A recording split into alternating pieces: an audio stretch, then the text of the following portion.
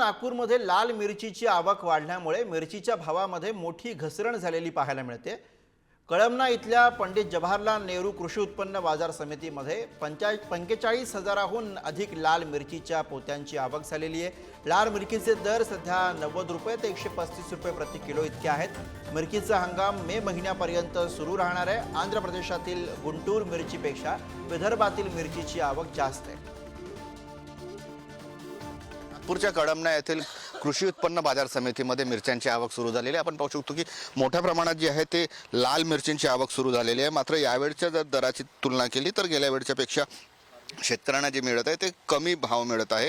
आवक मोठ्या प्रमाणात झालेली आहे। जवळपास कालचा जर विचार केला तर 45,000वर पोत्यांची आवक झालेली आहे। येथे मोठ्या प्रमाणात इथे आवक होत असते मिरच्यांची आणि येथून जे आहे ते संपूर्ण देशात इथून मिरच्या एक्सपोर्ट केल्या जातात, मोठमोठ्या विदेशातही जातात।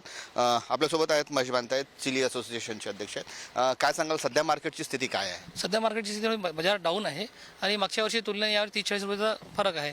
मागच्या वर्षी हीच मिरची 180 ते 200 पर्यंत विकली, यावर्षी 100 ते 130-135 पर्यंत मिरची विकत आहे आणि मागच्या तुलनेने यावर्षी आवक पण कमी आहे। भिवापूर, मांडळ, मोर्शी, बुलढाणा, चिखली, आंध्रातूनही इकडे माल येत आहे। कागदनगर, शिरपूर आणि राजुरा, चंद्रपूर डिस्ट्रिक्टला मॅक्झिमम माल इकडे येते। राजुरा एरिया म्हणतात आम्ही त्याला। काय सांगाल, कधीपर्यंत असते सीजन, कधीपर्यंत आहे आणि कधीपर्यंत राहील? फरवरी से लेके मई एंड तक चलेगा। कैसे रहेगा सीजन, कैसे रहेगा? अच्छा रहेगा इस बार व्यापारियों के लिए व्यापारियों के लिए। पिछले साल तो नुकसान का गया है, इस साल देखें कैसा होता है। पिछले साल व्यापारियों ने काफ़ी नुकसान रखा है। नुकसान क्यों? भाव की वजह से, भाव उतना जो चाहिए था उम्मीद वो मिला नहीं उतना मूल्य। धन्यवाद। कॅमेरामन मंगेश हस्तकसह जितेंद्र शिंगाडे, पुढारी न्यूज, नागपूर।